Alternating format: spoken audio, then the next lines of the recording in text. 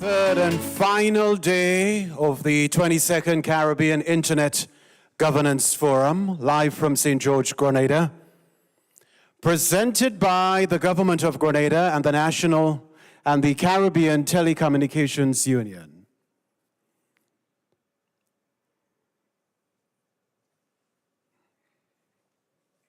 I trust you enjoyed your lunch. Welcome back, everybody. We are back, and this is the afternoon session on the third and final day to culminate all the engaging discussions that took place over the last few days. I invite Mr. Nigel Cassimire to moderate the next session titled Policy Synthesis and Strategic Priorities, Charting a Coherent Path for Caribbean Internet Governance. Joining him on stage is Ms. Shanae Lewis. Two individuals. Joining him on stage are Ms. Shanae Lewis, Mr. Tariq Mohammed, and not forgetting, Ms. Gabrielle Johnson. Yes, sir, you're next.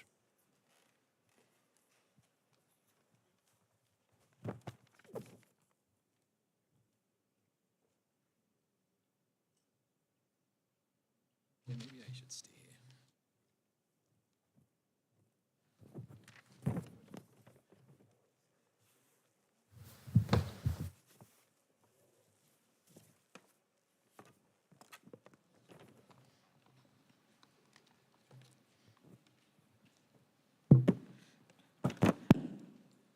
Thank you.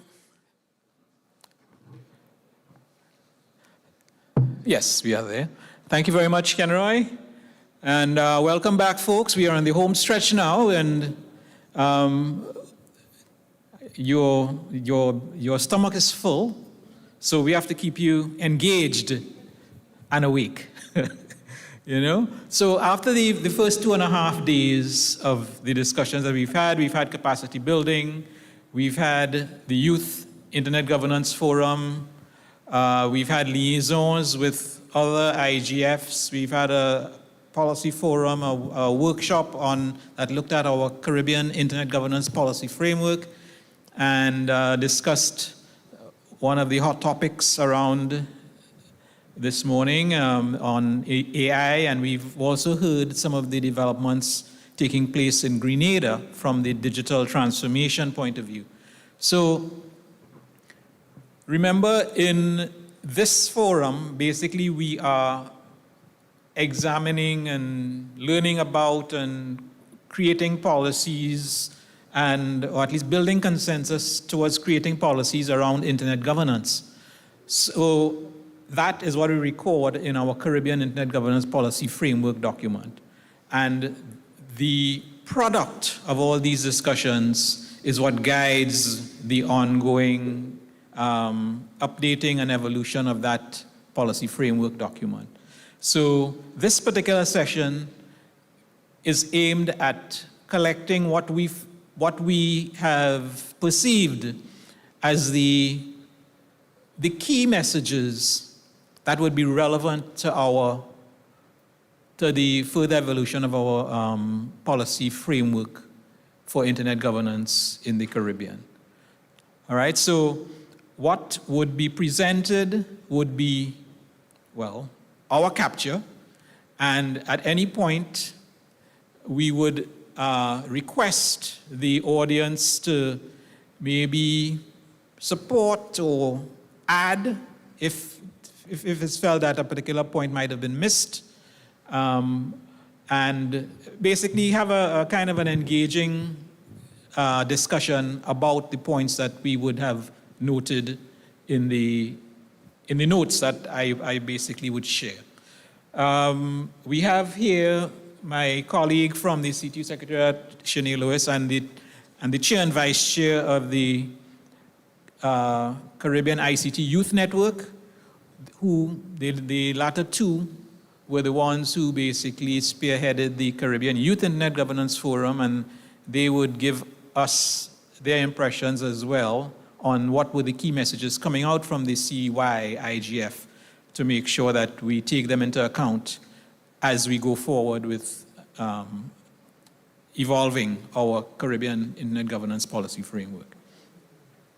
So I think the way I'll do that is basically just go through the notes, share them with you, and give you the opportunity to add any of your comments that we'll just kind of take live and make various amendments. Okay, so I'll just have to share it on the screen.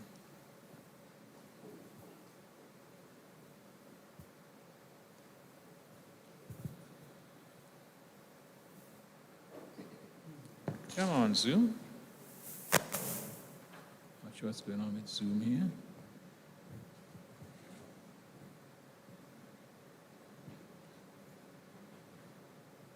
I'm certainly in the meeting.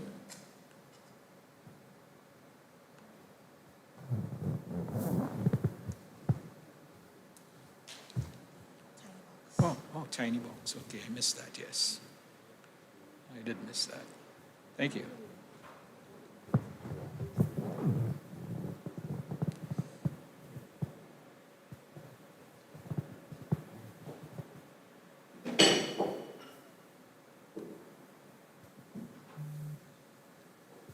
Give me a second.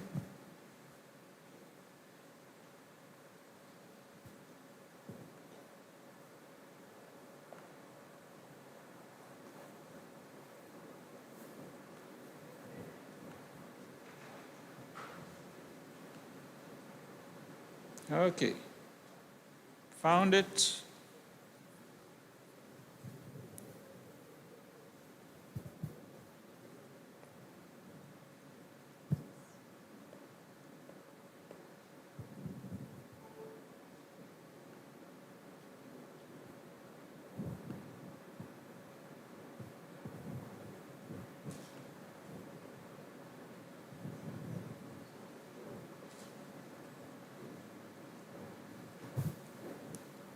All right, is that reasonably legible?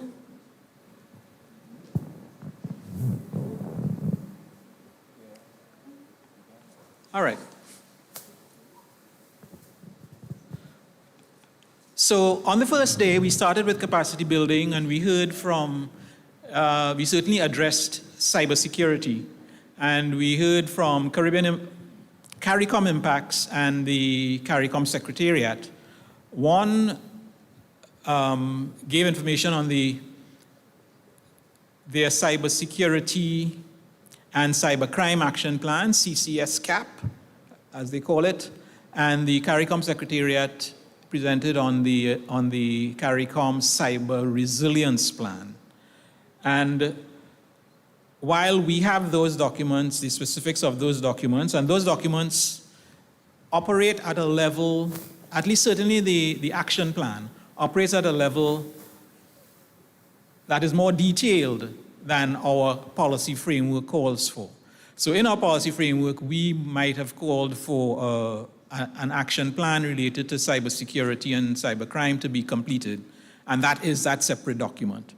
So it's not every implementation detail you'll find in the policy framework, but the policy framework should properly establish the scope of policies that need to be developed. Those individual policies may be done under separate cover, as, for example, done with that CCSCAP plan. But in the discussion between CARICOM Impacts and CARICOM Secretariat, it was noted that it was advised that there should be some sort of a governance structure to harmonize the implementation of the two plans. Because one came from this CARICOM Secretariat, one came from a CARICOM institution. And while they might both be aligned in their intent, it makes sense in terms of trying to implement the provisions of the various plans that we don't duplicate efforts or, at worst, work at cross purposes. So it was recommended that a governance structure be created to harmonize that. As the first point of note that we have here. Coming out from that discussion as well, there was the concept of resilience by design. Resilience is, in fact, one of the words, or resilient, is one of the words in the theme of this 22nd CIGF. So resilience by design was put in as basically a policy posture, a policy imperative, and especially as regards cybersecurity, building in provisions to enable resilient operations. Later on, we also heard that it wasn't just about technology, but we had to focus on the human layer. And a couple of the speakers said it, that often the humans are the weakest link in the cybersecurity chain. So it was noted that we had to build the appropriate skills within the people using the internet and using the networks and services. The expression used was people make the internet work, and it was noted that the cybersecurity must be centered on protecting people and not just technology, not just be lost in the technology. So again, those points were taken into account for incorporation, if not sufficiently so as yet, into the policy framework document. The rest of the first day was, at least the rest of that, yes, the rest of the first day was the Caribbean Youth Internet Governance Forum. And I'll give the opportunity to our youths on stage here, Tariq and or Gabby, to give their impressions as to any significant points that we need to note on this document. Testing. Yes, thank you, Nigel, for that.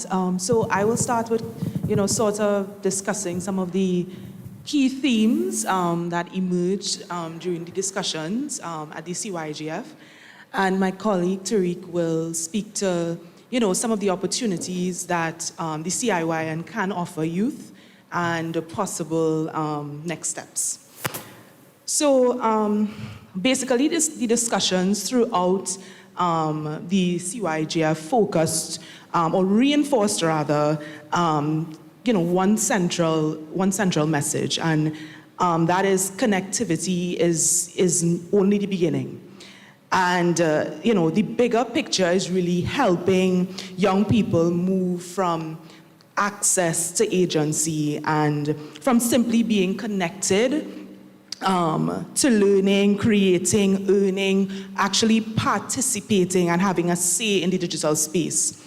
And, the first session or segment, or panel rather, the conversation on youth, AI, and the future of the digital Caribbean, that session really explored how young people can utilize artificial intelligence and other digital tools in the classroom, workplace, and in developing new ideas and solutions.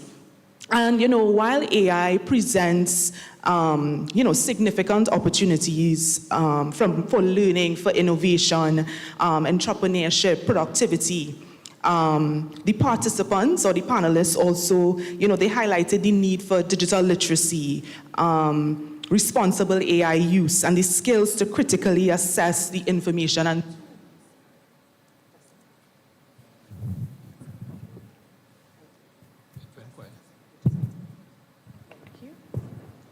Yes, sorry. Testing. Testing. Testing, right.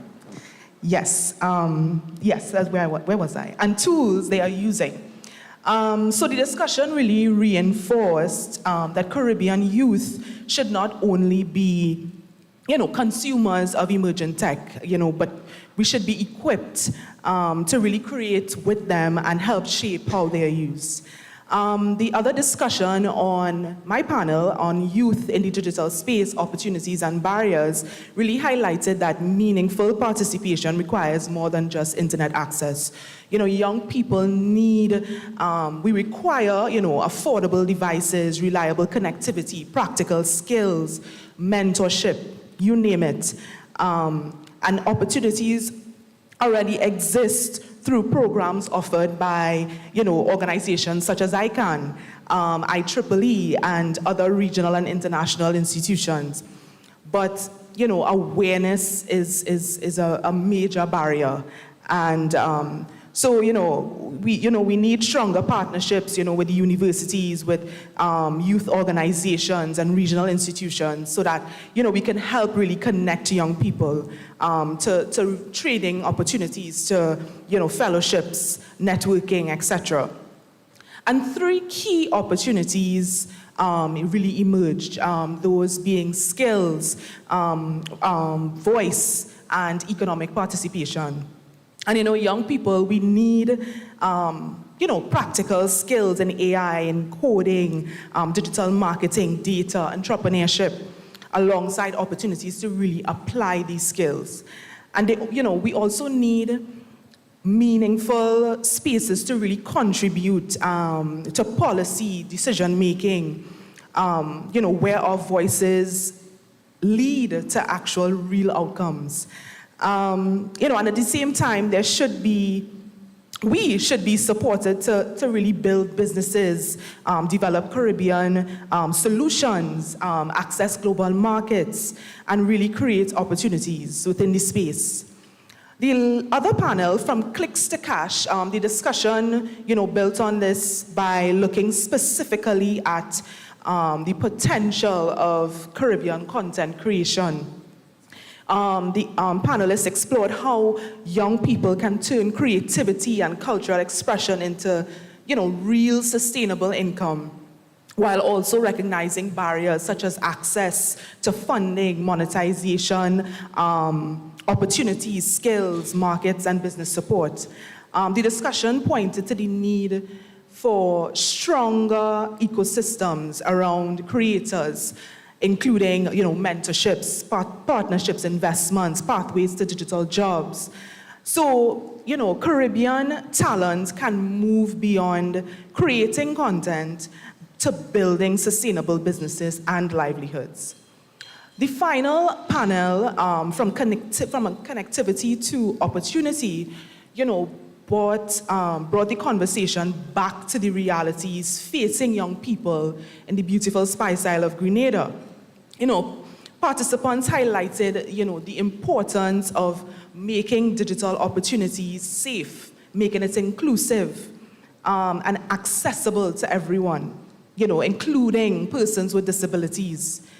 And, education, digital skills, youth leadership, and community support were identified as important pathways for ensuring that connectivity translates into real opportunities. The experience of Youth Parliament also demonstrated the value of giving young people real platforms to research, to debate, and to lead, to really contribute to national issues. And online safety was another, consistent theme. The discussion recognized that this should not be framed as protection versus rights. Young people need protection from cyberbullying. We need protection from exploitation, scams, harmful content. But we also have rights to information. We also have rights to education, expression, connection, participation. And as age restrictions may have a role, but they should not be treated as the entire solution. Policymakers, we must also consider privacy, equity, and the possibility of really pushing young people into less regulated spaces. So overall, the discussions highlighted the need for a whole of ecosystem approach, involving young people, government, schools, parents, civil society, academia. The focus should not simply be on getting young people online, but on ensuring they have the skills, the opportunities, the protection, the support, and the voice to really utilize technology in a meaningful way and really participate in the digital space. So I'll now hand you over to my colleague, Tariq. Thank you, Gabby. So I think you really captured a very thorough and good synopsis of all the proceedings on that day. But just to add, apart from the Youth Forum, we heard from Minister Redhead both in the opening of day 2 as well as in his session this morning that the future of the Caribbean should be built by the Caribbean minds. We also saw the emphasis in the Grenada presentation on youth empowerment and inclusion, which I think aligns very strongly with what we've been doing at the CIGF for the past few years. In addition to that, many of the partner organizations, well, they're kind of hidden at the bottom here, but for example, both LACNIC and ICANN have focuses on youth, both through, for example, the LIDERIS program under LACNIC, for which we have put forward youth to do studies in the region before, and I think, Nigel, you were the mentor for one of those, Digital Resilience with Renasha and Naomi, a few years ago. But also recently in the ICANN strategic plan for the 2026 to 2030 period, where we're now looking at the inclusion of all, particularly youth. So we've been privileged, of course, to always engage with Albert from ICANN to discuss how we can work together to encourage youth to be part of the various ICANN programs, whether that is the Next Gen program, which is maybe not the one we should focus on at the moment, but rather the fellowship programs. And that is like a stream of guided learning from which you start off by taking some of the ICANN courses to look at a lot of the topics that were discussed over the past few days, whether that be DNSSEC, IPv6, etc., and then go on to some sort of guided research, making your way to an ICANN meeting. And so those meetings happen year-round. There are a few meetings every year. So I think that in addition to what you mentioned, and in addition, well, we'll get to that after, but there's a lot of opportunity to continue engaging strategically with some of the partner organizations here, from both the youth workstream as well as the overarching Caribbean workstream. So that's one of the main takeaways that I think we need to continue to work on, but also within the policy framework, that, really leveraging that multi-stakeholder collaboration, pulling together national, regional, local, national, regional, and international partners to drive both our development, but also give the opportunities for persons to see at a wider scale the work that they do and how that would contribute to building yourself, your country, and your region. What we also saw too, a lot of the questions that we asked was, in 5 years, where do you see this? In a few years, where do you see this? And all the panelists said, well, we don't have to wait 5 years. We could tell you now, because it's a challenge that we're seeing now. Not where is AI going to take us in 5 years, but how do we prepare now for all the advancements in AI? What are some of the soft skills? What are some of the other competencies, whether technical or non-technical, that we need to proceed? So looking forward, I think, particularly within synthesizing, or the policy synthesis session that we're in right now and pulling things together, there's a lot of opportunity to sort of meld the topics, areas, and interests that we discussed in the Youth Forum with the overarching forum. I mean, this morning we had discussions on AI. We didn't have any other discussions on creative economy, but that's, of course, something that's continuously of interest to us in the region. How do we monetize that? How do we continue to grow our various sectors and, provide jobs for persons across these different areas? I mean, marketing and communications is a very big thing. I don't know if anybody else got interviewed. Gabby got interviewed yesterday. But how can we ensure that there is a stream to not only monetize this content, but also showcase and take pride in our Caribbean culture? So I think that pulling all of these together, there's a lot of opportunities within the future work that we do and future revisions to this dialogue and the policy framework to streamline youth and the inclusion, similar to how ICANN and these other organizations are ensuring inclusivity, even at the UN IGF level, but also incorporate the discussions that we had into the various areas. And I mean, Gabby basically summarized that very well. Thank you. Yeah. Thank you. And in fact, the opportunities are there. We did hear from ICANN directly. And remember, LACNIC also said they have a new program that they are offering that would support internet governance for around the region. So, and they are even willing to offer the resources, the virtual meeting resources and that sort of thing to help make it happen. So I took down a couple themes there from all that was said, which was from access to agency and focusing. To become an effective agent, you need to have these skills developed, not just as a consumer of services, but also in terms of creating. There's need for mentorship, fellowships, and capacity building opportunities, drive towards entrepreneurship in the young people, and so on. All right, safe, inclusive, and accessible digital spaces, and again, taking advantage of those opportunities to participate in internet governance processes, local, regional, and international. So it's all there. So those notes are taken to take into account as we go forward with thoughts coming out of this 22nd forum. We are, of course, as was noted, a set of small island developing states, and we got a report from the CIGF, the third CIGF that was held in Mauritius at the end of July. And again, the resilience by design came up from that. In moving forward very quickly, one recommendation was for certain guardrails to be put in place to keep everything on an even keel. Island scale for economic cooperation, meaning we are small markets, and we can gain scale basically by cooperating on various bases. And again, there was a call here for youth inclusion as well. So those were some of the notes from, first day and the morning of the second day. And then in the afternoon of yesterday, we had a policy forum where we looked at the WSIS Plus 20 and Global Digital Compact. Now, those are two key international documents agreed at the United Nations that cover policies and, I guess, some targets related to internet governance globally.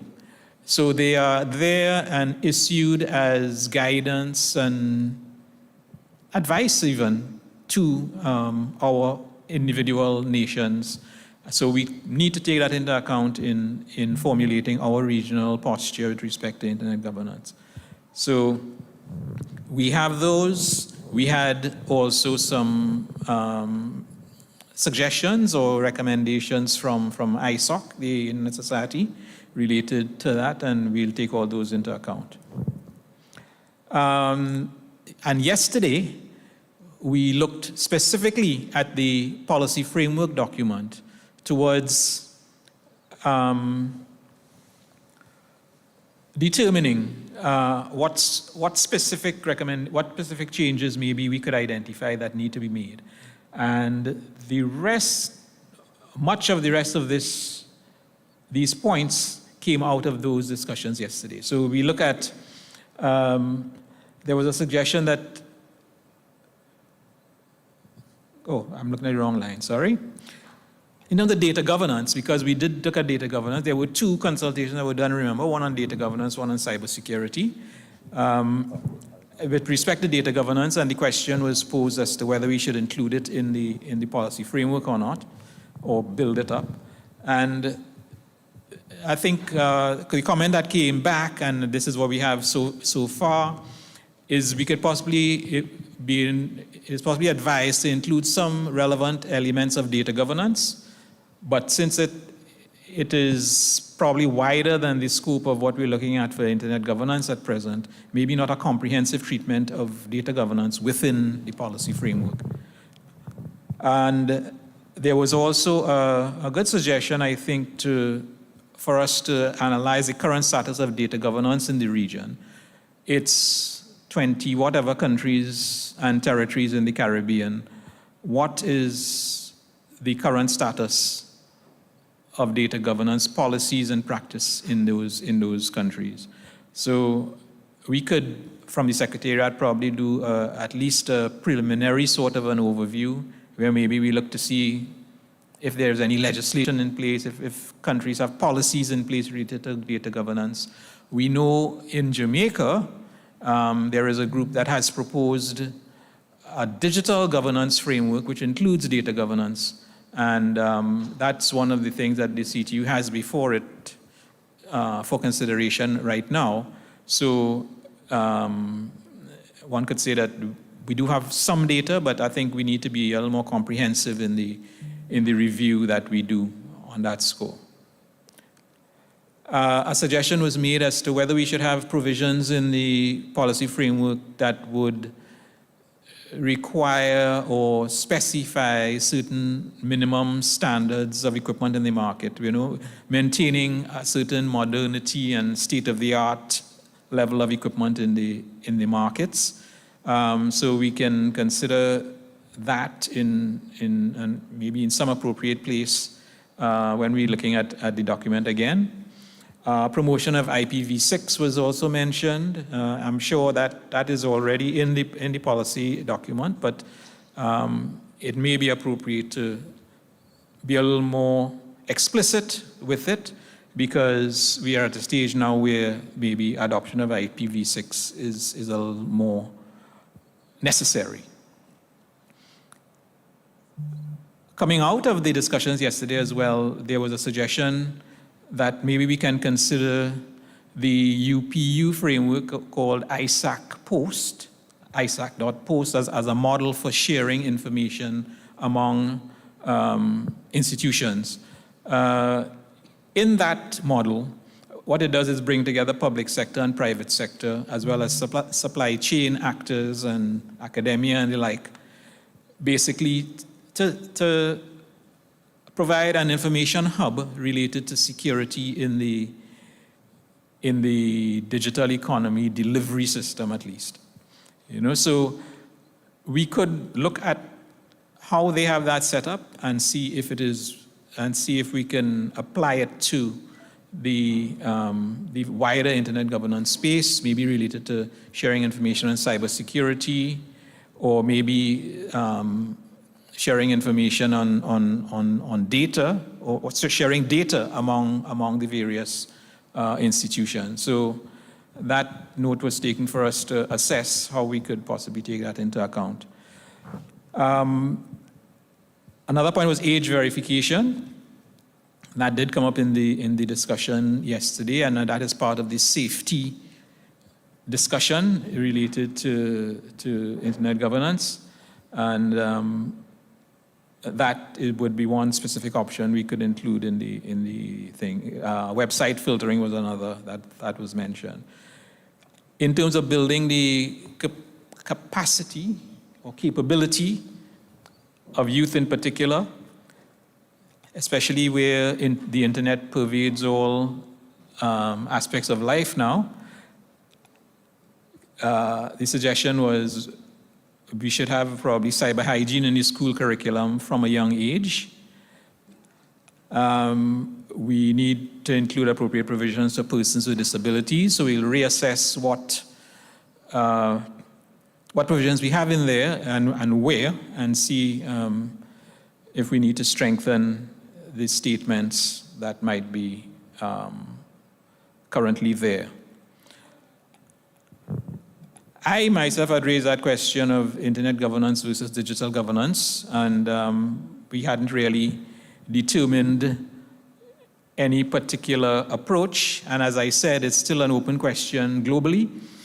So I think we'll probably just keep an eye on the evolution of that whole debate and maybe address it in more detail at a future time.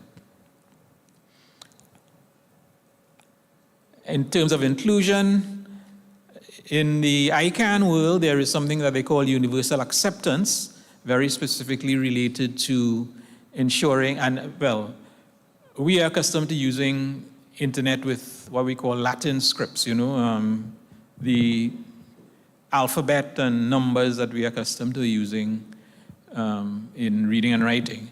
But there are multiple different scripts. There are, Arabic and Sanskrit and Chinese and Japanese and the like. And the internet these days is not restricted just to our Latin script. So you can have scripts, you can have websites with domain names written in Arabic, for example. And this universal acceptance concept advocates basically for all servers on the internet and all internet service providers and the like to be able to accept and process domain names in whatever script that it appears. Albert could probably explain it a little bit better than I just did, but that's just the concept of what universal acceptance means in the ICANN world. But in terms of the comment here, it's that, but it's beyond that. It's looking at maybe including looking at language, and the framework is only in English, and it's supposed to be a Caribbean framework, and we know we have at least 4 main languages in the Caribbean. So, and even within the CTU, we have a Spanish-speaking country and now a French-speaking country and a Dutch-speaking country. So it might be appropriate for us to create future editions in those other languages as well. There was a note that the policy framework it has recommendations, it's policy recommendations, but not really addressing implementation. And fundamentally, it wasn't really meant to be an implementation document, as I've said. It's meant to identify the policy, the scope of policies that need to be put in place, right? And sometimes it does recommend or offer maybe some standards, some minimum standards, or at least a standards reference. But it's not really intended to be an implementation document. The implementation documents would be like the CCS-CAP that I mentioned early on, which is the action plan, or the report of the task force coming out of task force on AI, for example.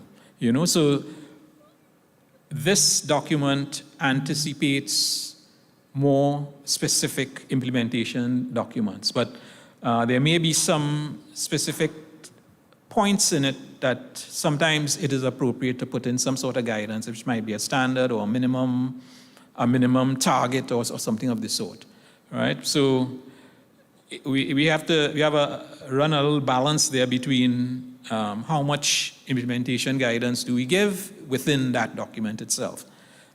So we do get that comment from time to time, and it's a balance that we try to strike. It's no consistent roadmap or timelines and the like. We'll take the comments into account as we look forward and see to what extent we could incorporate any more implementation guidance. We talked about AI this morning, and there is the report of the AI task force that is on the table. That is, we are working to implement relevant provisions. For the time being, the AI aspects are running on that separate track through that AI task force work. So it's not yet incorporated into the policy framework document. And then we had finally sovereignty. There was some discussion about sovereignty for AI and data, and the suggestion was made that maybe we could get sovereignty through cross-border cooperation. In the CARICOM, we have the concept of the single ICT space, which is envisaged to be make CARICOM a region of harmonized policy, ICT policies, legislation, and regulation. Right. So from country to country you go, you should get different. You should not get different regulations or policies related to ICT. We're trying to harmonize it, right? So in terms of sovereignty here, the suggestion was that, well, maybe we extend that single ICT space also to AI, so without sacrificing domestic and regulatory priorities or values. So working together to come up with harmonized policies related to AI without, or that gel or without sacrificing, I should say, our national priorities. And that's the catwalk that CARICOM tends to walk. We work together and we harmonize as much as we can. So I think that's the extent of points that we had captured. And I'll say, open it now and see if there's anything else that anyone might want to add now in light of the additional discussions we've had this morning. We've heard Grenada's digital agenda and all that other good stuff.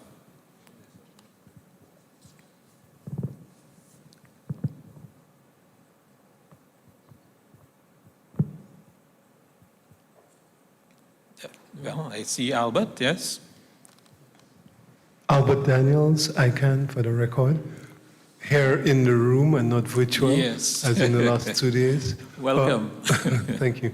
I noticed that you had from yesterday's discussion the specific technology of IPv6, and I presume that that is because it is a broad technology that, overarches a lot of everything else that we do.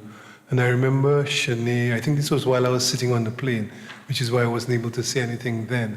I remember Shanae went into the document and she showed specifically where we referred to IPv6 and other technologies, I think RPKI and DNSSEC.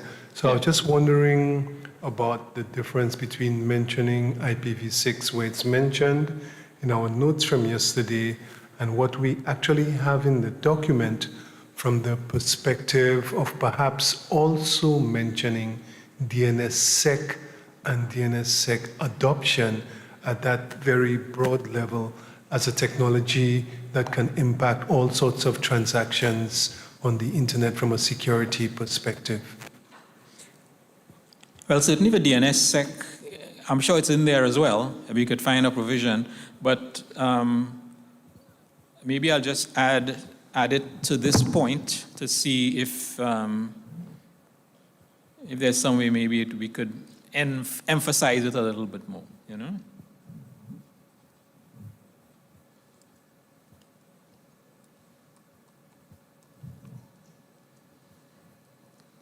Definitely.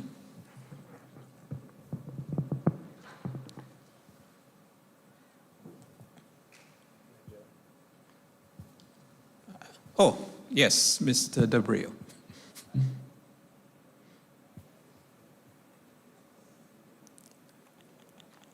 I see the light on, but it's green rather than red. All right. Right. It's on. So I think in terms of the IPv6, the point I made was the document said the adoption should be immediately, but it did not specify when immediately is. And Right. I think we went into discussions about it being a recommendation that is several years old and the adoption is really low. The recommendation was for us to maybe revisit and say it be adopted by, and suggest whether it's 2026, 2027, 2028. Right. Let's see if we could accomplish 50%, something along those lines. All right, thanks. I think it says immediate because the adopted by date is gone. It was 2022 maybe. I forget exactly when it was. So right now it's an immediate requirement. It's a recommended immediate requirement, and so we're not projecting anymore. It's in use, and from some of the stats that somebody showed, I think it was Bevel, it it represents, 30, 40% of traffic in certain countries. So, and IPv6 was introduced basically to replace IPv4. And the way that is taking place is a very slow transition. So these days, everyone is pointing you towards adopting IPv6 as opposed to sticking with IPv4. But we anticipate it'll continue to be a very slow transition, a multi-year transition.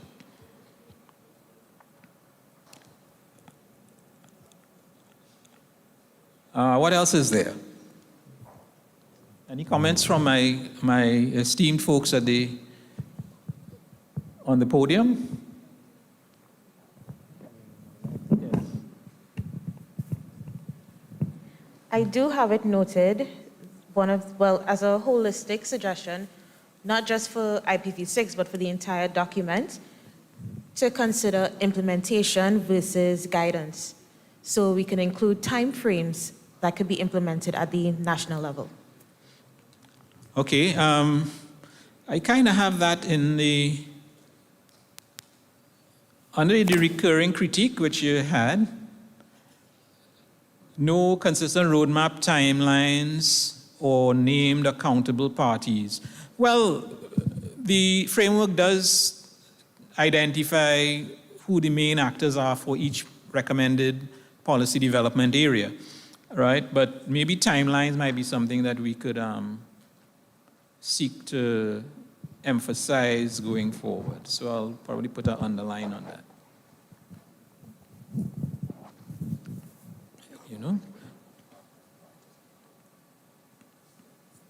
Any comments still open?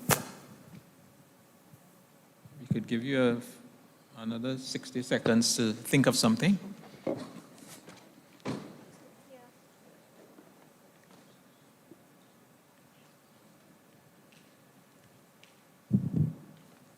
Okay.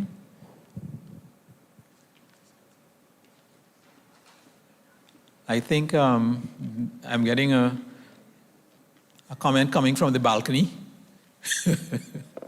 But he's coming downstairs so that he'll have a mic to use.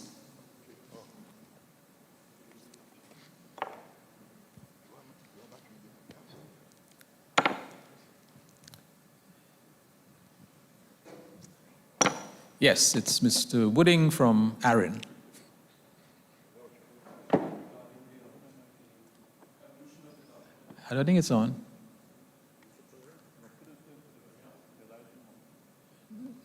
No, not yet.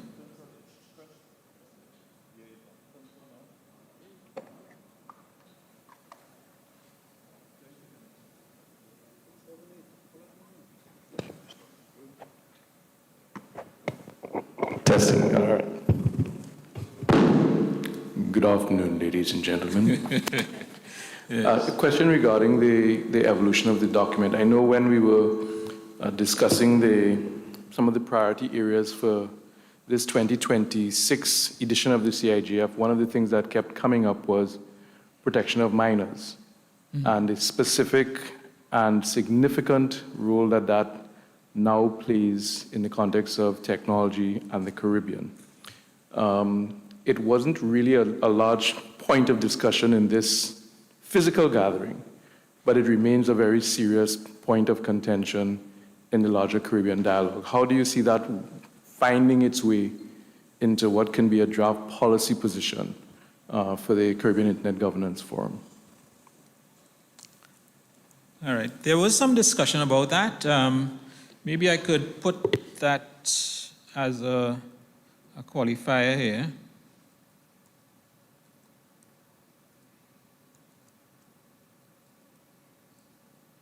Because there was the question of age verification that came up. And so maybe what I did was put protection of minors as a kind of a more general type heading where that age verification thing could fall. And on this sheet as well, under the youth, there is safe, inclusive and accessible digital spaces and online safety. under the CIGF here. That was one of the points that Gabby mentioned. So I guess just between those two notes, we could probably take up the... Well, I'd like to add an additional note because it has come up in several other regional fora. And that is a concern, and I think it's a genuine concern, that on the current trajectory, when you consider the safety issues, the cybersecurity issues, and now the AI in education issues, there is a very real risk that learning itself and the multi-year consequence of any impact on Caribbean education and learning can have a deleterious effect on our emerging generation. So in that context, protection is not simply protection from online harm in the direct or traditional context. It is protection from a deterioration in the region's capacity to produce successive generations of thinkers and contributors. And it really speaks to the challenges that face the education sector itself. And I think yesterday's discussion was interesting in creating some of this or these evolving overlaps in domains, because that would have in a previous context been cornered or quartered to the educational sector discussion. But now, because it is being catalyzed by technology in such a direct way, it is argued that it should be part of the Caribbean's internet governance consideration, because now a new set of practitioners need to be brought into a conversation about what does this mean for the profession of teaching, for the structure of education, for the preparation of curricula, for the testing of the students who pass through the education system in the region, for the presentation of content that constitutes effective learning in the digital age, not digital content, tangible, in-person, physical type lessons and exercises that continue to ensure that learning is holistic and measured. And as I said, this previously, a few years ago, would not necessarily have come up in an internet governance forum, but now I'm arguing it should. And if you have any educators in the room or any education adjacent persons who wish to add some other dimension or context to that. Did I write it down correctly there? The concern, impact on learning arising from AI and anything else?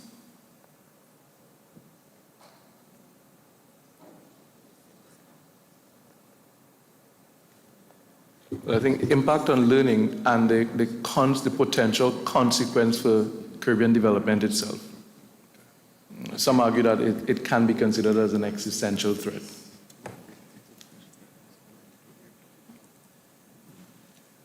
And again, I invite any educators or education adjacent persons in the room to please share your thoughts.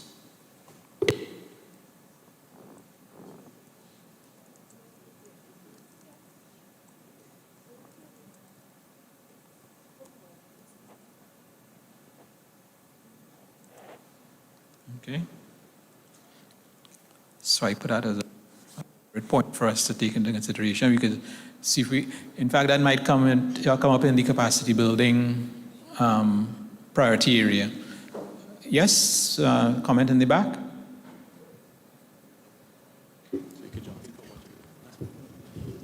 It just needs a little time to warm up. Comment is coming soon. Oh, it's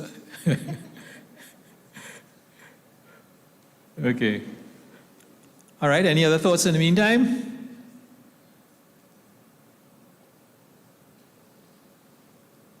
That's not me. All right. If it's still open for comments at any time, what I would say is that we would take these various points and carry them forward into our study of the document to propose maybe relevant changes to the text as we go forward. So the other part of what we wanted to do in this particular session is to look forward. So this is the 22nd CIGF. We project that we'll do the 23rd edition probably around August next year again. And by that time, I am projecting, we are aiming to have, by the time we next meet, a draft of what our 5th edition would look like for refinements from the forum and for, let's say, adoption. So that by the time we leave that forum next year, we would have left with an agreement around what the next edition should have, and we would put out the new edition sometime shortly thereafter. So, but for us to get there, we have to put steps in place to make that happen. So between now and then, we have about 12 months, we have 4 quarters, and what we do is we grow our mailing list for internet governance at each forum, because we always bring in new persons.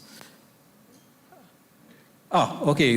I think we're ready to have an intervention now. Okay. All right. Sorry. Right. So good afternoon, everyone. My name is Michael Lambert. My comment is more or less still with AI. Mm-hmm. AI and education.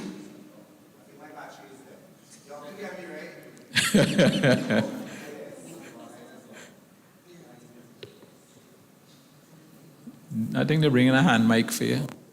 Bringing a new one. All right. Hopefully with a good battery. Thank you. Right. So one of the issues that I can see with, especially with the AI and everything, is that you see with the over-reliance from students, right? And over-reliance, is it? yes. Yes, okay.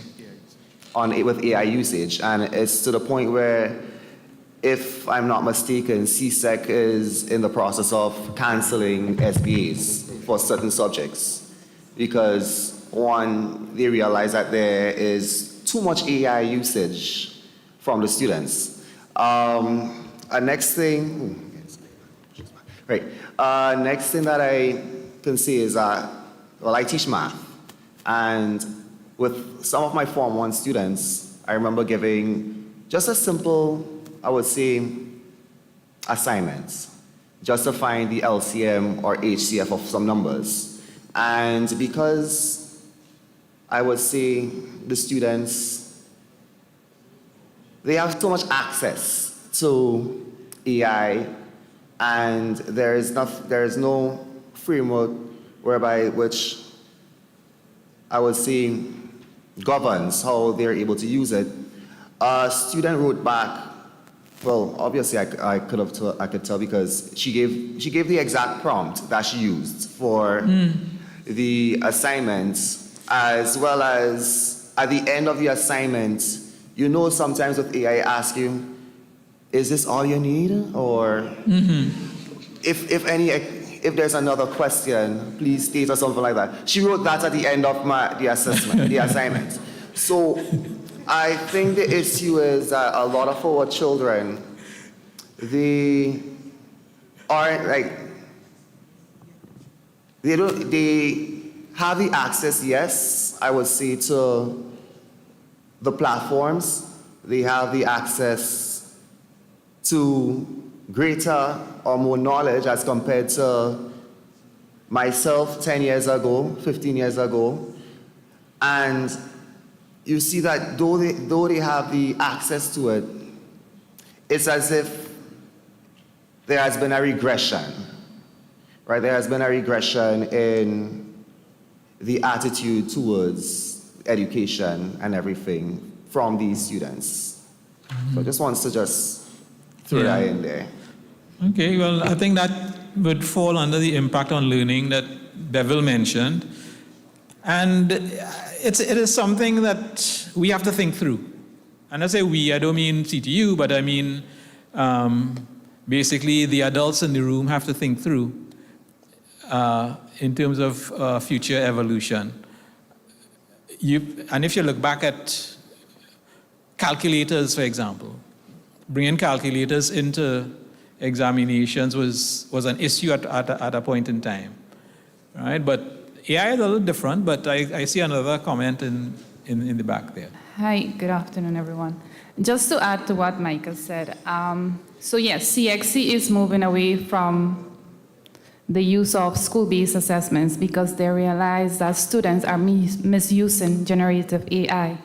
And apart from the over-reliance that the students have, we could come up with the issue of international universities or bodies questioning the credibility of our certificates at the end of the day, because it will not be the students' work that has been evaluated, but it could be AI generated. So I guess that point is very valid. Yeah. I think it's a valid concern that really needs to be addressed. And if I go back to my analogy with calculators, the exams evolved, right? To maybe put less emphasis on the actual calculation than the principle behind the topic that was being examined. So in terms of AI, okay, you're doing away with school-based assessments, but maybe you'll find something else that could more readily assess the student's development rather than, say, a take-home assignment, But we will see. It's an open question. Yes, Mr. Dabrio. Yeah, so I have a couple points on that. I think I'm going to put on my old teaching hat. I believe the technology has evolved way faster than our education system has moved. We're still examining and testing students using lazy methods from way back when, and they're finding ways around it, right? So you can't blame a child who has access to a tool that would allow them to not have to sweat and get the answers. But at the same time, and it came up, I believe, in the session either on the first day or the second day, we have to be careful that we guard human creativity, critical thinking. And critical thinking came out in the session just before lunch with the local innovators, the business people, where we foster that in our children. Now, I know some of the points you had there from yesterday's discussion. We spoke about the importance of cybersecurity awareness, digital literacy at the very lowest level. We need to also promote critical thinking and re-evaluating how we approach education in light of all these tools. I see your sort of thing with the calculator, but the calculator is no way compared. It can be compared to what AI is doing and how disruptive it is. Now, I'm not sure if maybe we should also have a conversation of what do we say for some of the countries who may start considering putting bans, and what would that look like? Because the last thing we want to do is, on one hand, say, hey, we're going to embrace AI and the technology to build out our systems and move our economies forward. But we're not going to give access to it to the youngsters. You see where we're going to have a problem. But I do believe we have to, look at this from a holistic standpoint. And I think part of this conversation must include the education sector. I agree with Ms. Alexis and what CXC has done, but to me, CXC is more knee-jerk reaction than anything else when it comes to the technology. And that is after being a teacher for 13 years teaching IT in one of our high schools. All right, I would like to add to that comment. We also have to look at the accessibility tools available. Because I witnessed firsthand a primary school child cheating on an online exam using accessibility tools. And we are moving towards doing exams online. And that could also bring into question the credibility of the results and the qualifications coming out of the region. Yeah. Albert? I apologize. I might be a bit of devil's advocate at this point because I'm hearing sense, and I'm wondering, what are we talking about? Are we talking about simply protecting our educational institutions? Are we talking about preparing students for the world of work? Going back to that whole calculator analogy, there was a time when you were not allowed, and sorry, I have one of those hats as well, one of those old educator hats. There was a time when you were not allowed to use textbooks in exams. Yes. And that evolved. And one of the reasons why you did not use the textbook in the exam was simply because it would take so long to find what you were looking for that it wouldn't be worth it. You would fail anyway. But then, if we are preparing students for the world of work, will they have access to the tools that we're trying to block when they get into the work environment? I can tell you, at ICANN, we just a few weeks ago got the enterprise version of ChatGPT, and it's there. This morning, I think sabotage. Yes. But I think something that we can think about, what is it that we are talking about? And so that we don't conflate the issues and mix everything up in one callaloo soup. I think you have that here in Grenada as well, and be specific about what we're talking. I feel that in the world of work, the young people are going to have access to some of these tools. So do we want to emphasize critical thinking, checking on how you're using the tools and so on, or do we want to block the use of the tool in its entirety? So it's something that we need to be very clear on in our minds. No to blocking. No to blocking. But at the same time, what you find happening, right? You have guys who would now take something, throw it in the AI, right? In the model, and ask it to analyze the email header. If it hallucinated, they would know, they would right? know. And that is where it gets dangerous. Imagine somebody giving you what they claim to be penetration testing results, and they never actually did it. Because they don't know. So I think we spoke of AI as a multiplier. Yes. Right? As an assistant, as a tool that builds on the ability you have already. If our children are simply plugging these things in, prompting without ensuring that they understand the fundamental, we're going to have a problem. And I think when we had the session with the creatives, Alyssa Bezinski, she spoke of that and the danger that she sees when it comes to a lot of the writing and creativity if everything is just being thrown in there. So I'm not for blocking it, right? But I do believe we need to have something guiding how it is treated with. Yeah, point taken. All right, go ahead. Hello? All right. Yeah. Good afternoon, everyone. I am in agreement with Mr. Dabrio in terms of we're already here. We can't run from it. We can't hide from it. AI is here. We just have to embrace it. But I believe there's a strong word that we have to relate to AI with, and that's regulation.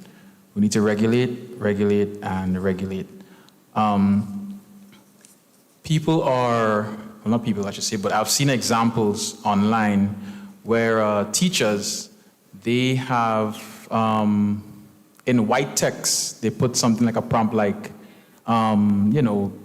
please say the word Grand Canyon in your answer, or whatever the case is. And they put it in white text, so it's hidden to, obviously, whoever is reading it. But if you copy and paste it, you're going to see it highlighted. And I think from what I saw online was at least 90% of the results from the students, 90% of the students, they were caught using AI for the answer, So I think now not only do we have to be aware of that from the students, but we also have to help the educators to identify the use of AIs within tasks, homework, whatever it may be. But Because what if, let's say you're an IT teacher, it might be easy for you. But what if you're, say, I'm not trying to be biased or anything like that, but what if you say you're maybe a construction teacher or a billing technology, whatever other subject you're teaching, do you now have the education or the knowledge to actually identify when a student is using artificial intelligence for your homework, for your SBAs, etc.? So I think not only the students we have to educate, but also the educators themselves as well too. Yeah, agreed. I'm willing to take the advice of the experts on this one, but the details of the specific solutions wouldn't appear in our policy framework, of course. We can identify the concern for action, right? And I think we've identified the concern. Another one? Bebo? But no, not another one, just to build on what you're saying there, because I think this dimension of the discussion gets to the heart of what we had defined as the reason for the Internet Governance Forum. And if you use Albert's analogy of the soup and the question of what exactly are the parts of this, at this stage, and for the purpose of this discussion, the issue is understanding what's on the table, what's happening, who is at risk, which are the stakeholder constituencies, if you will, that are under threat. There are some larger issues that evolve around with or go at the Caribbean education system as a structure. In a very real way, a lot of what we are discussing has come upon the region without anybody asking permission for AI. AI came into it, and we're now trying to wrestle with it, just like many other regions across the world.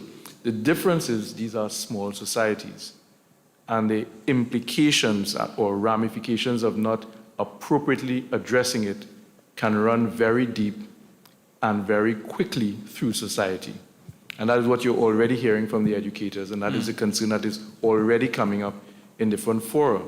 The reason I'm raising it here and saying that it deserves some manner of reference in the document is because in the most impacted constituencies, they don't have all of the information, knowledge, insight, or access to understand the exact nature of the risks and threats that they are confronting, which is why a multi-stakeholder discussion becomes imperative, not optional, not maybe we should try.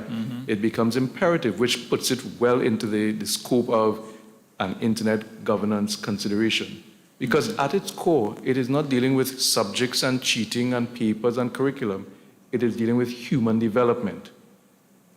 And all of the industries that we have spoken about over the past several days and that all of the countries are speaking about rest on this assumption that our human resource talent pool will continue to develop and be developed well. And that is under threat. All right, point taken. Our MC, I think, has a comment? I have a question. Hello, everybody. I have a question because this topic excites me a great deal. So, one of the fears of artificial intelligence is that it is going to make a lot of jobs redundant. But there's also a school of thought that says it is going to create much employment for people. That narrative sounds very paradoxical to me. How can both exist? What I want to understand is how?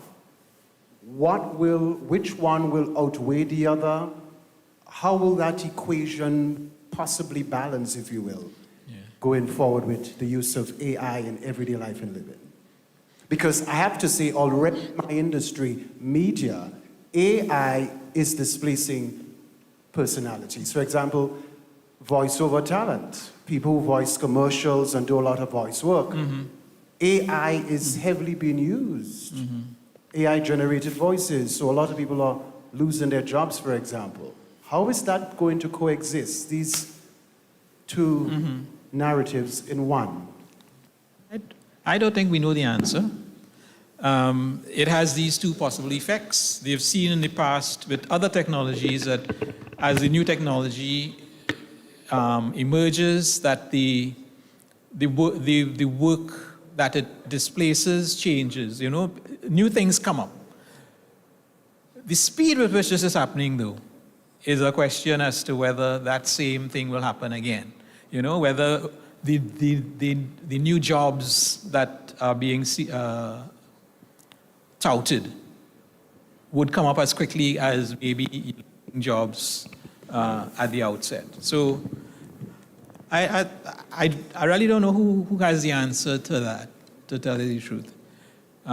Because this is really different from the other technologies that we've created before.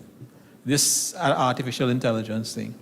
It's operating at a much higher level in terms of human activity than the other thing. The other things, were very much like tools, and this is not just a tool, but it could take over because they're making AI, agentic AI, meaning it can make its own decisions, right? And that's the concern. That's why some people will tell you it has an existential risk as far as humans are concerned, and I guess we'll see how it goes. We'll see how it evolves. I mean, if we can conceive of that existential risk, then I think we can conceive of ways to prevent it from happening. But you never know. As I said. Yeah, Bella? I think I'll have to limit the discussion as we run out of time. Sure, and I'm not going to try not to be too long. But the two questions raise other questions that are important. I think you, in closing your comment just now, you put your nail on the head. If there is, in fact, an existential risk, we have to interrogate what's the nature of that risk. We can't passively observe if a risk will come and amplify itself. And so the most practical thing that can be done at this particular juncture of the evolution of AI, and it will continue to evolve, is to ask ourselves questions about its implications for the development that we wish to seek. And those questions start to formulate what may be the appropriateness of any peculiar or particular response. But those questions are fundamental to being able to make sense of the turbulence that the technology is causing. Agreed. Agreed, indeed. So having put my aspiration out there of issuing the 5.0 next year, I guess we're open to suggestions here, but our intention, in fact, had a short discussion among some of us on the stage here, was that we would take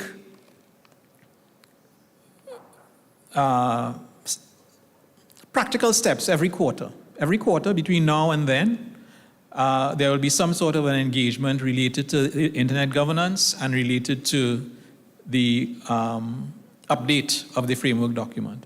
So there will be an engagement with you, but maybe the first engagement might be the report out of this forum, which focuses on certain particular outputs and outcomes, and it would, the next quarter might be a consultation on a particular issue based on maybe on feedback that we've gotten or based on some other input. And the third quarter, again, some sort of a consultation again. Maybe at that point in time, we put out a draft document related to issue 5.0. And then by the time the next forum comes around, we would have had the opportunity to maybe collate some comments based on that issue draft so that we could reach some sort of a final decision in the forum for next year that, okay, well, this is where we are at. Issue 5.0, we could put it out now, and then from every forum thereafter, as we've been doing, we would see, okay, what's the next thing? What's the next thing we need to take into account in the next evolution of the policy framework document? So essentially, it's intended to be a quarterly engagement leading to creation of a draft 5.0 document that we could discuss at next year's 23rd Caribbean Internet Governance Forum. Any suggestions from my colleagues on the podium here as to whether that sounds like a feasible plan or whatever? What I was saying is one of the things in terms of our internet governance circle, or it's a kind of a mailing list. Every forum, as you've registered, you are included in the distribution circle for our internet governance notices, right? So every year it grows, and well, yes, it generally grows because some people stop responding or whatever. So we tend to maintain a fairly large, counting in the hundreds, of persons in the Caribbean, and sometimes outside the Caribbean as well, but people who have participated in our Caribbean Internet Governance Forum. And so you will be included in the distribution. It's been, a lot of this is new to you, so hopefully over the next year you could be stimulated enough to get engaged with the discussion to help guide the next issue of the policy framework, right? So you don't have to do anything. Basically, we'll add your names to the mailing list, and we'll engage with you as is required. This is assuming you registered, of course, but I'm sure you did. Yes, any thoughts?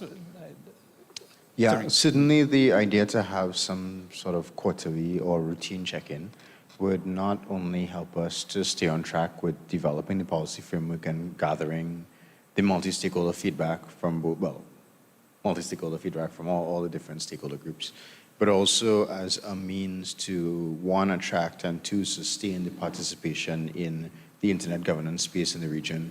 I mean, for this being the first time in Grenada in the past 20 years, Yes, it was 2006 we were last in Grenada, and I think someone said it was probably at the Rex at the time. Yeah. yeah, so I was quite young then. Yeah. But to be able to continue not just moving to different territories and gathering new stakeholders, new members, but to continuously have them involved in the discussions, the conversations, so that they see that not just we come here, we speak for a few days, and then forget about it until next year or leading up to the next forum, but to really incorporate it within the CTU's work plan, especially as we are an NRI, to then, contribute both upwards and downwards. So downwards into the national perspectives, as you know, maybe we want to establish some more national internet governance fora, but also at the international level to be able to contribute both at the SID space at ICANN or at the UN Internet Governance Forum in these, or the SID's Internet Governance Forum as well. Right, or at ICANN, or at LACNIC, or at ARIN, any of these, all in the internet governance space. So, indeed, thank you. In fact, we probably still have persons who were at that last Grenada forum on our mailing list, to tell the truth. You know? So. Are any of them in the room? Yeah. All right, so I'll say thank you then for the feedback given. We've taken note of the key points coming out of this year's forum, and what we will do is, as I said, engage with you over the time to try to keep you engaged with the discussions, and we encourage your feedback. All right, now,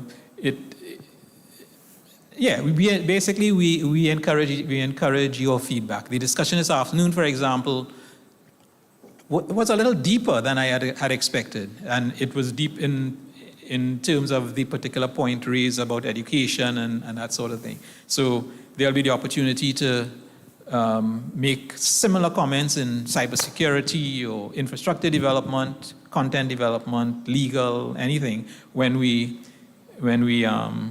look through the whole document over the next year. All right, so that kind of closes that aspect of it. If we look at the agenda, we will see that the next thing we are supposed to do is an open microphone. and it being minutes to 4, I think we should go straight into the open microphone. And, excuse me, in the open mic, basically it's just your candid, general feedback about the 3 days, about its organization, about the topics that were covered, about any recommendations for improvement in future, anything really. It's an open mic that opens the opportunity for the participants to make an input. And it may or may not be, it may be something, recommendations to CTU about how to handle this whole thing better. Maybe you don't like how it was, or, you know, anything. The mic is basically open for you to say your piece. Can I give some feedback? And no, it applies to everyone in the room, Okay, and online. So the mic is open on the stage, great. I think yesterday's session, Sinead did a very good job at going through the policy framework and our areas of focus, but I think what was missing was like some level of interactivity. So maybe to have like some breakout groups or something where, you know, you send, you know, these tables are working on cybersecurity, these are working on IPv6, etc. And then you all kind of come together at the end just to make sure that everybody is actively engaged. I think that kind of adds to the session. And we actually have done that at previous IGFs. So yeah, I agree. But your session was still great though, just saying.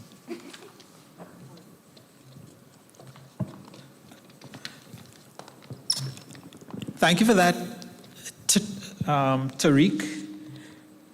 And it's actually a method we have used multiple times in the past. We have special groups, people who are interested in cybersecurity, deal with that part of it. The infrastructure people deal with that part of it.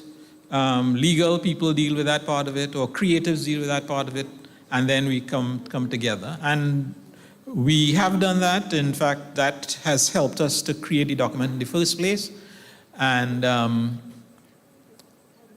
it just means that we would have to adjust the agenda to allow that to happen. So doing it in plenary like this is sometimes intimidating for some people, and you don't get all the feedback that maybe is potentially in the room.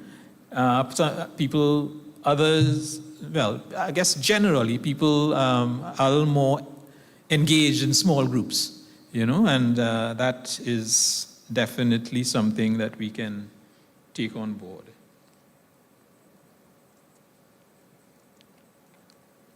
Mic's still open. Go ahead.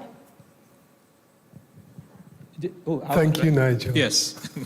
So an observation is that the discussion is always richer when the room is fuller.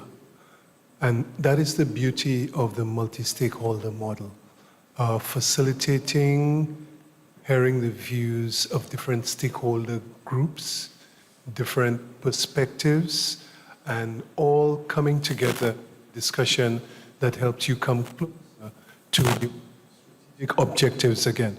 So whatever we did on this occasion to fill the room, and even from Zoom you could see that the room was filled, you know, on the early couple of days. Whatever you did there to get this room filled, because it hasn't always been like this. The room hasn't always been full. But whatever we did this time to get the voices into the room, we should document that and repeat it moving forward so that we get the kind of rich discussion and rich inputs that we had at this CIGF. Okay.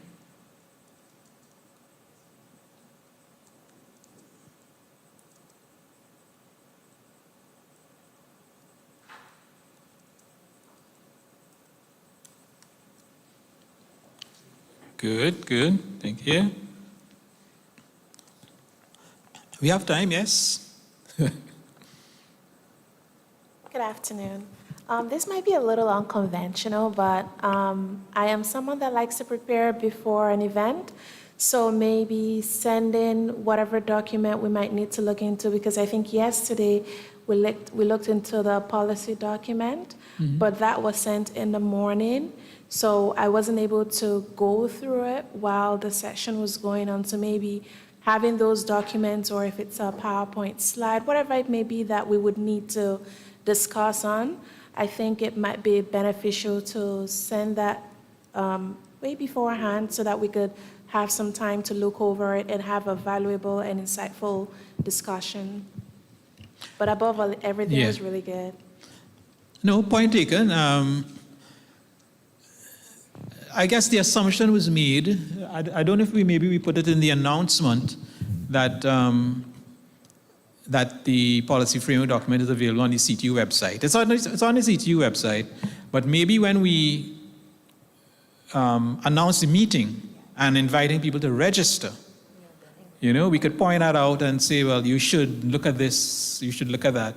Also, on the CTU website for events or event page, it's structured, and there is a tab for documents, and we usually put documents there as well, but I can't say for certain how early we had put the documents, at least that document on this one. But the point is taken. I think we should be a little more deliberate in doing that as we go forward. And I would make a couple of points, so some of which I've already spoken with the group about. First of all, a great deal coming in from a total different vantage point, being able to be a part of the conversation and be invited into the conversation.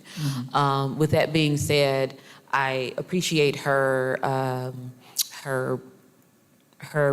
the last person's comments about the documentations being presented. I think as you facilitate these conversations about IT across the different islands, I think what is important is what happens in the meantime till we get to next year.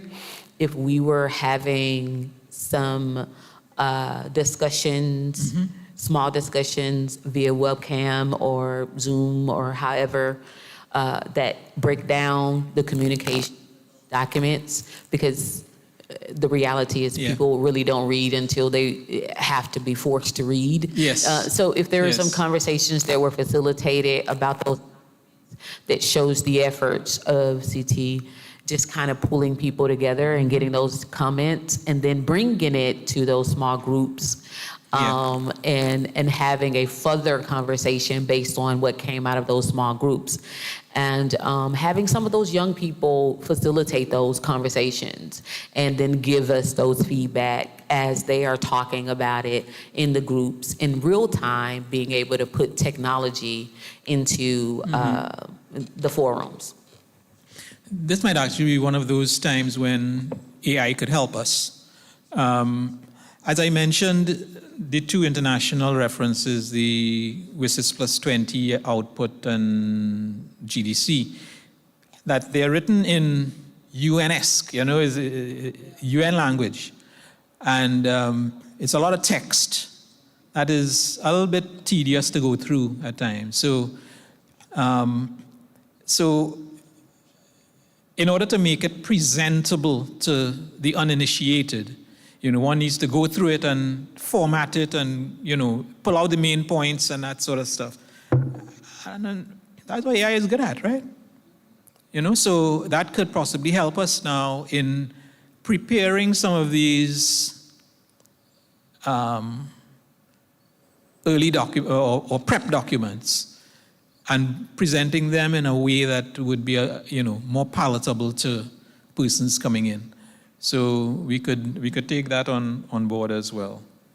And to add to that, I would like everyone to know that the cybersecurity consult, we actually had a youth working on it who was integral to the consultation as well as the report on it.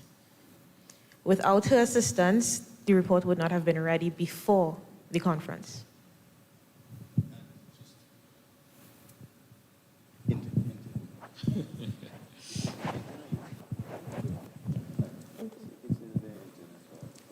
Oh, Tariq wants me to note that she's an intern currently working at the CTU. Yeah. What was that?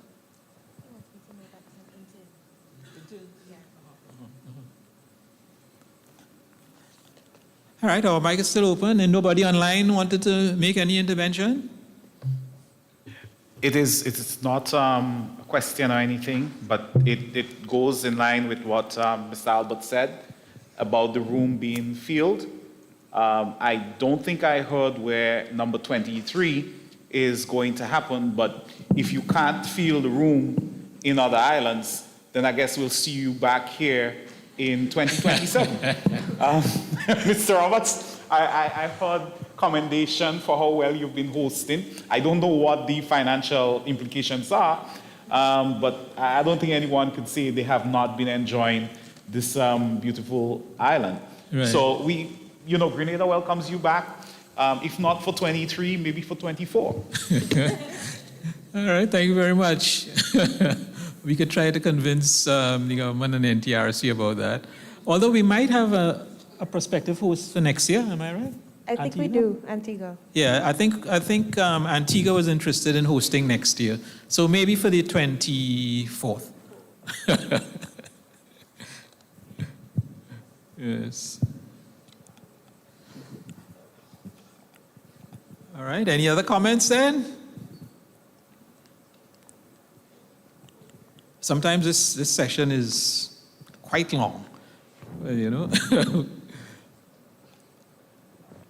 Nobody online, Michelle?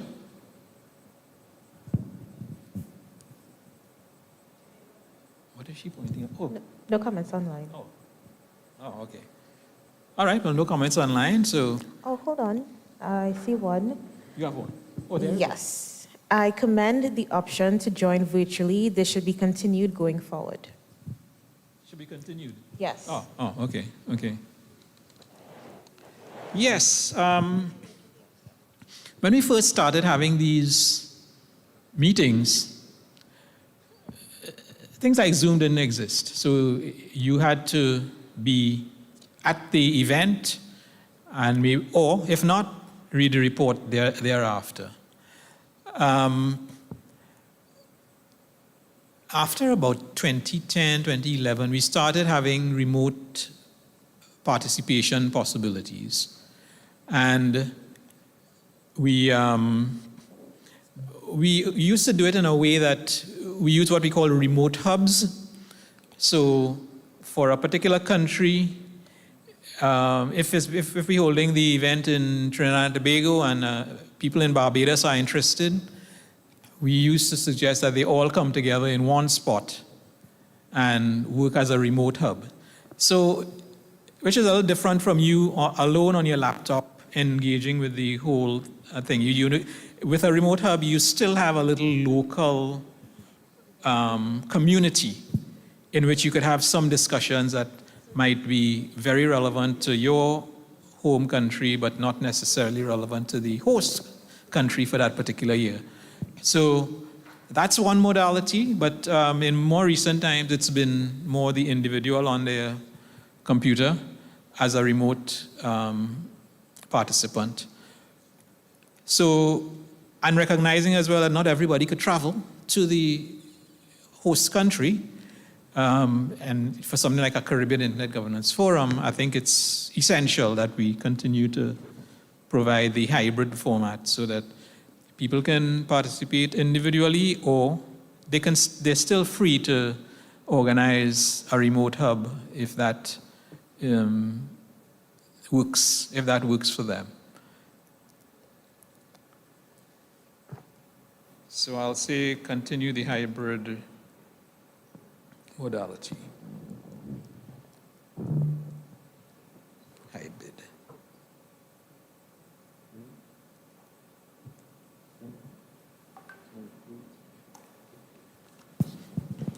We have another comment online. Regarding IPv6, I believe the issue for the lack of implementation is due to ISPs not pushing the adoption, given that residential homes don't have much input related to IPv4 versus IPv6. So ISPs should assist in driving the adoption. Okay. Yeah, ISPs is part of it. And part of it is the market size as well, in the sense that as an ISP, you basically get a block of internet IP addresses from people like Aaron or LACNIC, as the case might be. And depending on how successful you are in the market, and even so with the small market sizes that we have, it tends to be that the block that you got was sufficient to tide you over for multiple years. You know, unless you were very successful and took up the whole market in your particular home country. So the question is, how quickly are the ISPs growing, and how quickly is their demand growing for additional IPs? And if it's not growing, or if it's growing very slowly and it's still within the block that you have, then maybe you don't need to rush to implement IPv6.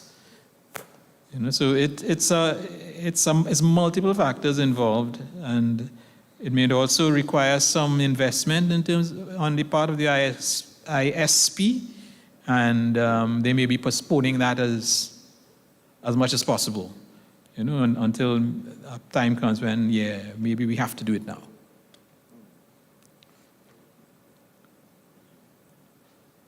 Not really. More comment, I guess, and we've already noted the IPv6 aspect, so I don't think I need to put anything further on that.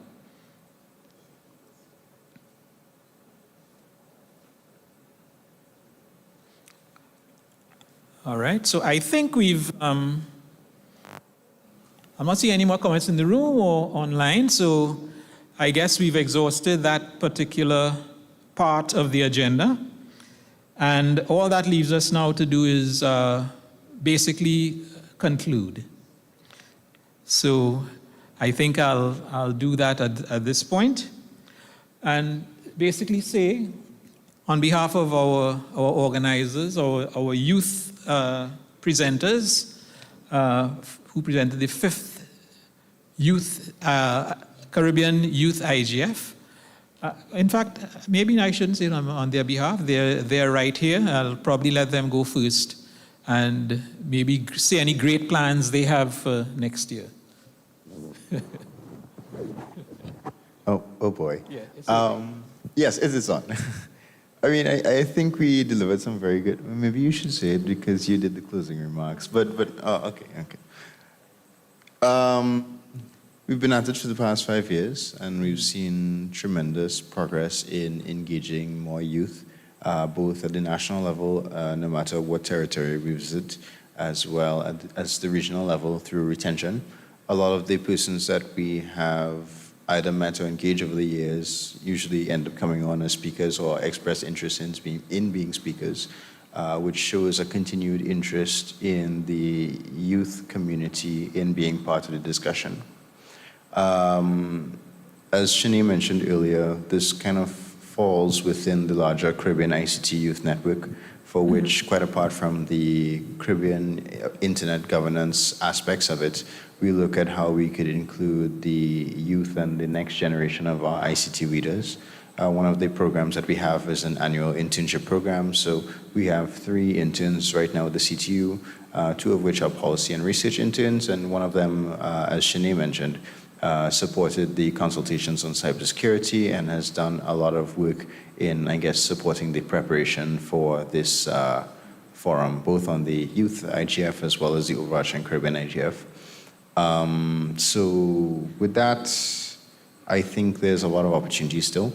I mean, we have had a lot of discussions on how we could get more youth involved in some of the ICANN and LACNIC and also, I guess, AARON processes, fellowship programs, and get them involved in these discussions, both at the technical and non-technical levels. And so that still leaves a lot of work for us to do.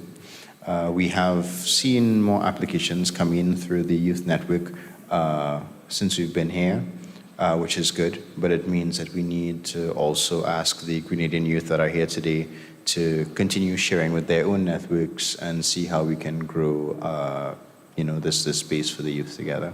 So with that, I just want to thank you on behalf of the Caribbean Youth Internet Governance Forum. And Gabby, anything else? Thank you.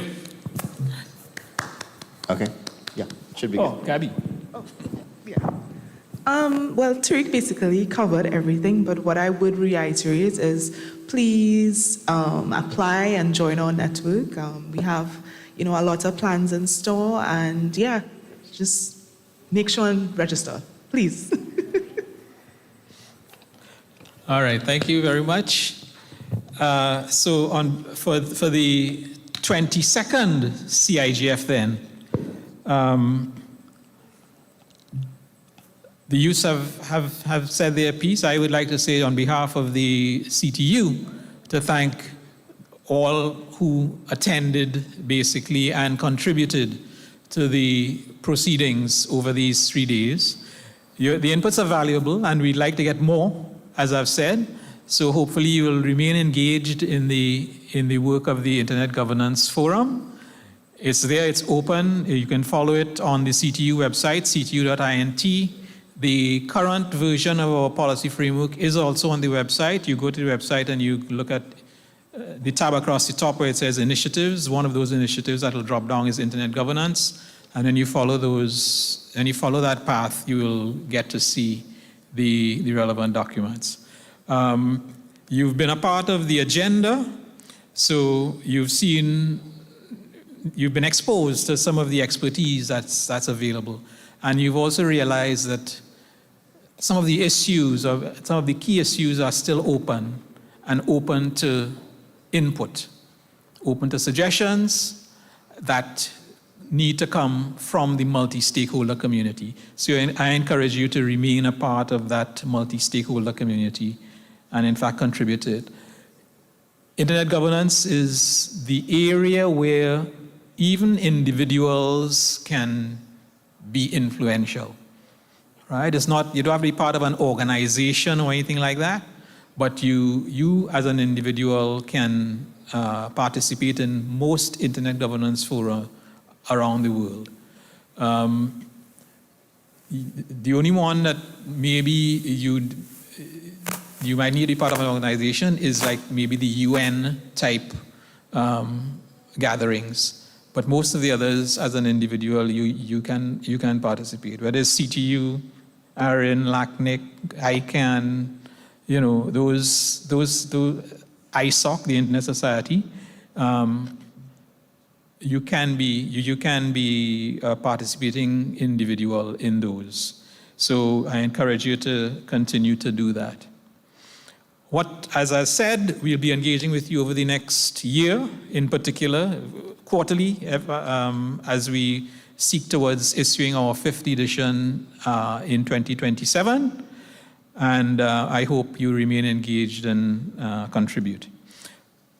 I'd just like to say then, thanks then to our organizers. Well, I'll start this time with our CTU Secretariat staff in particular. Usually we call them last, but our CTU Secretariat staff in particular, our host and partner, the government of Grenada, and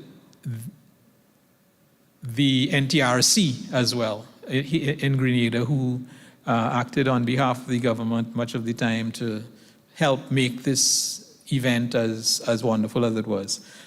I didn't mention, and I should mention before I close definitely, grateful thanks from us visitors to Grenada for the event last night. I think everyone had fun. I got my steps in, even though we were in conference all day. Thank you very much for that. I think the hospitality was appreciated and very much enjoyed. Thank you very much. I'd also like to say thanks to our partners, the perennial partners, as I call them, and you'll see them on the banner. Internet Society, ARIN, LACNIC, ICANN. No, I don't want to forget anybody. The UPU actually, and our regional internet governance fora, like TT Mag, who runs the CIGF, the Internet Society chapters in St. Vincent and the Grenadines. And we also had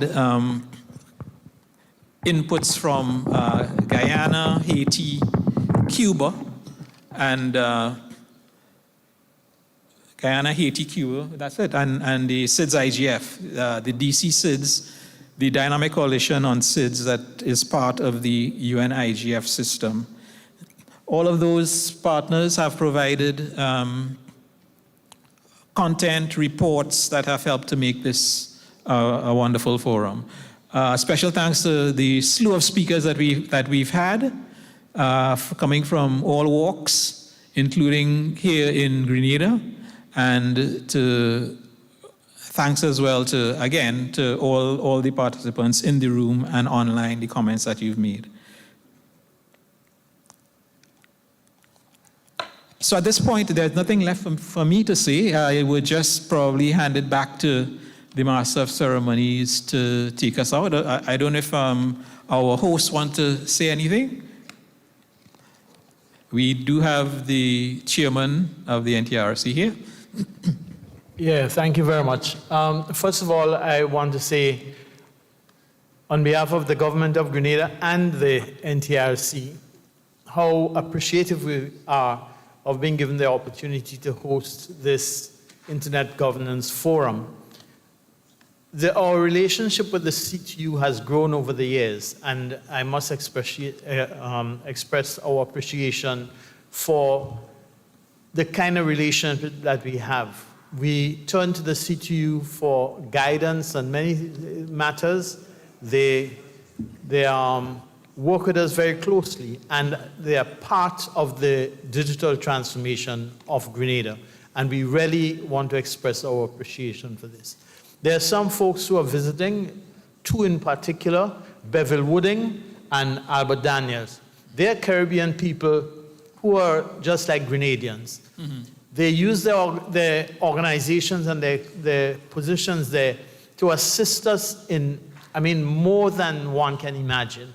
And we want to express our gratitude for all that they are doing and that they continue doing. Albert in particular, at ICANN, he opened the way for Grenada. Grenada was there in name only for years. Now Grenada is an active participant and growing in terms of its contribution, its participation, and all of that. To the other folks who visited, look, Grenada is your home. Mm-hmm. Grenada is your home. You're always welcome. Come back, visit us again, enjoy the vacation, not just coming for work. We really appreciate your presence and look forward to your return. To the Grenadians, very often we hear of the NTRC and we're not really aware of what they're doing. You've heard a bit more of what we're doing, mm-hmm. and we wish we can do more. We can only do more if we become more aware of what's happening. Reach out to us, be proactive, don't just wait on us. Remind us sometimes when we're supposed to do things. And again, we appreciate your presence here and the participation. To our support team, Richie and his team, all of the folks at the hotel, they have been really great hosts for us, and we appreciate all of that. So thanks everyone for coming, for being part of this. And we look forward to hosting you another time, not just for Carnival. Next time you come back, we're going on the boat again. Yes. Thanks a lot. All right. Thank you for that, Chairman. I'll make way for our Master of Ceremonies, Mr. Bassist. Thank you, Mr. Cassimire. Thank you so much. All right, so we are winding down. Just to let you know, photos from the CIGF can be accessed via the CTU's Flickr account. And while I'm saying that, photo opt will be taking place. Yes. Go right ahead. So photos from the CIGF can be accessed via the CTU's Flickr account by scanning the QR code. You may also visit the CTU's CIGF event page and select the media tab to view the photos. So, ladies and gentlemen, we have come to the end. Also, don't forget all the bios and presentations of speakers also on the CTU website, ctu.int. You want to go through some of the information, take what you want, that sort of thing, make sense of it there. One last point I want to leave with you because, an event of this magnitude and nature has presented major opportunities for networking. Like, you see that notebook I have there?